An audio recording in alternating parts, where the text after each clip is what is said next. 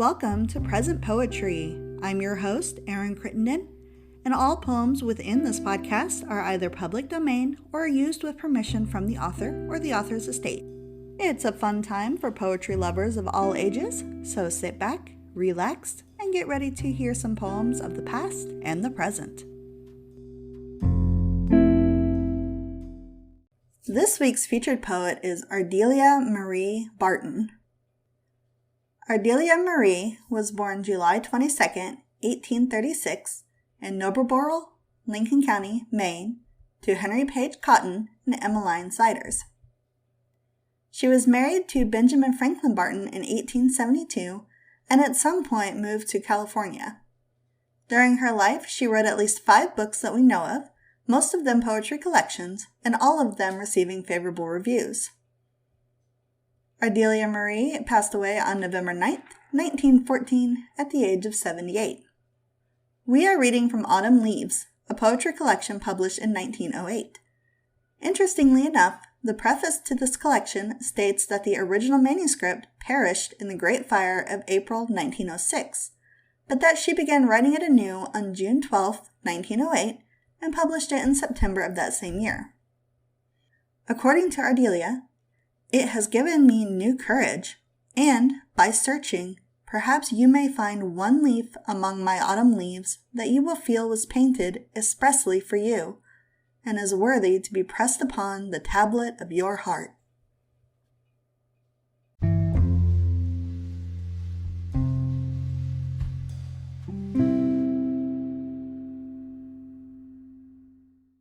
This poem is called Autumn Leaves. The autumn leaves are like our lives. They serve their purpose for a day. They then return to Mother Earth. They come but to decay. The trees are gaunt, gaunt sentinels, deprived of their warm dress. They shiver in their nakedness and moan in their distress. But as with us they live again have garments fresh and new, and though they seem to die to earth, again their lives renew. Again the joy of living comes, and brighter now is their new life. They had a season of sweet sleep and rest from worldly strife.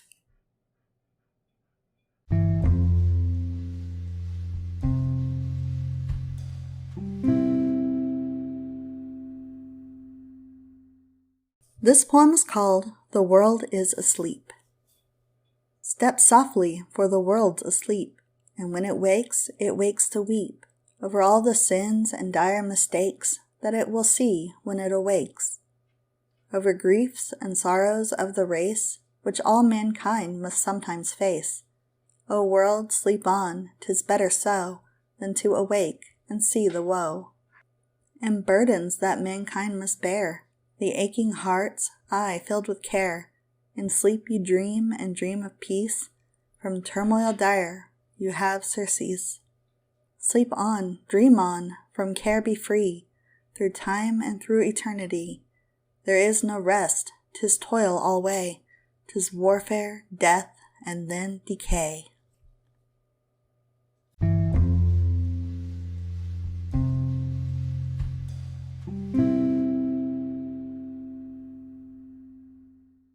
This poem is called Time Waits for No Man. O Father Time, one moment tarry, I have so much to do, and death will find my work unfinished, for every day brings something new. O Time, dear Time, what doth it matter? A month, a year is naught to thee, but hours, minutes, even seconds, to me doth make eternity. Much time I feel that I have squandered, so many hours, so many years. The misspent time that now confronts me will ever cause me bitter tears. Life is so sweet when breaks the morning, but groweth bitter by the noon. By night I am so worn and weary, even death doth seem to me a boon. O Time, give back my happy childhood, and I will bless thee ever, my every task with joy performing, and not from duty will I stray. Even time seemed filled with deepest pity, but cried, O man, it is too late to save the years that thou hast squandered, so I must leave thee to thy fate. Farewell, O man, I must not tarry. Long years ago my work began. In vain is all thy pleading, for time and tide wait not for man. Farewell then, time, farewell forever, for there is naught but death for me.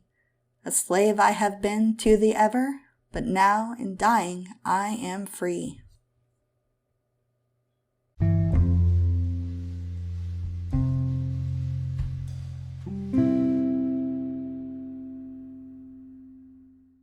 This poem is called Yesterdays. For all the buried yesterdays, I have not one regret. I love them not, I mourn them not, I would them all forget. Of all the dead yesterdays, which were so dearly bought, I care not to remember one, they were with misery fraught. They held no joy, they held no peace, each day had some deep pain, so I would never call them back, each day seemed lived in vain. Today I live, today I love, the yesterdays are dead. I wot not of the passing days, though by them I am led. Today is mine with all it holds, I'll do the best I know.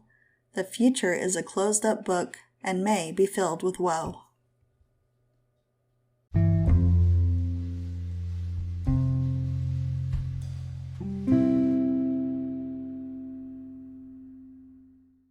This poem is called Our Virtues Are Carved Upon Our Tombstones.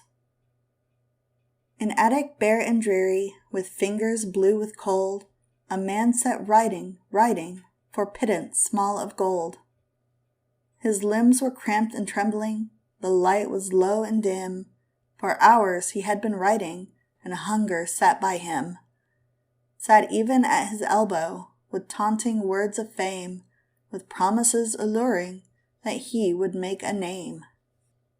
The morning light was breaking, still empty was his cot. He seemed to be still writing, he had the world forgot. In graveyard he is lying, God's acre is the name.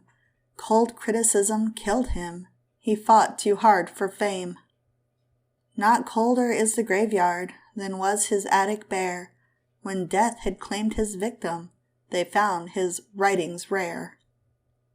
His name was now emblazoned upon the hearts of those who never did him justice, nor troubled at his woes. Thus fame and honor, riches, oft come to man when dead, are proud to do him justice, with laurel crown his head.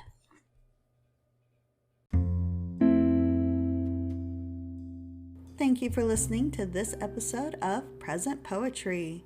If you enjoyed it, please leave us a review, share us on social media, or subscribe so you never miss an episode.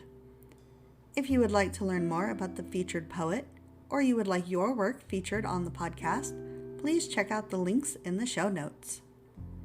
Thank you again for listening, and I hope you all have a wonderful day. Bye-bye.